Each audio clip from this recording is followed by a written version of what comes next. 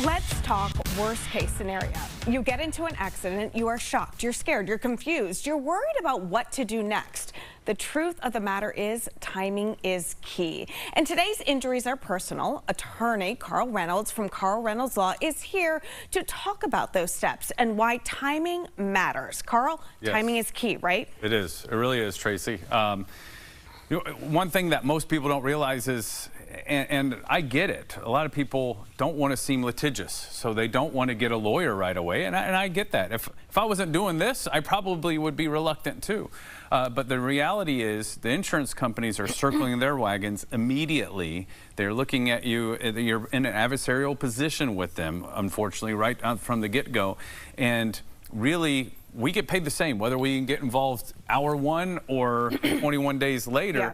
But what happens during those 21 days, if you wait that long and you're getting the runaround from the insurance company and finally come around to getting an attorney, evidence could be lost. Let's talk about that. Let's Yes. break down all of the different things that can be lost when you're trying to make a decision about whether or not you want to go get an attorney or not. Let's talk about that. Sure. So I have a prime example. So we have a intersection accident.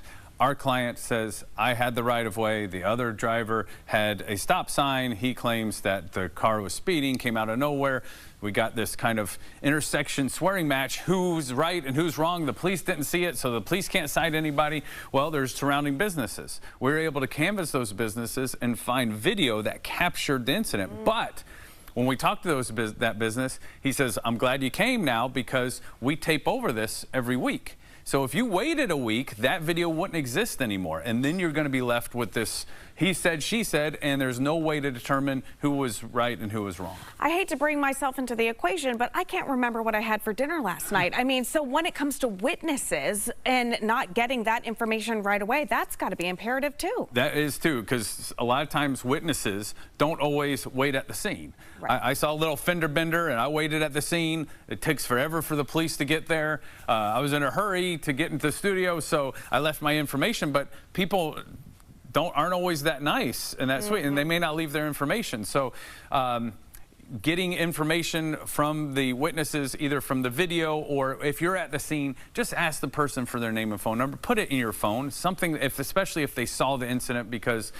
that could be the difference between a he said, she said sort of situation. You've got an independent witness that could say, no, this is how it really went down. At the end of the day, it sounds like one person benefits from not getting all the information, and that's the insurance companies. Am I wrong there? Well, you're right. They benefit from us dragging our feet. Right.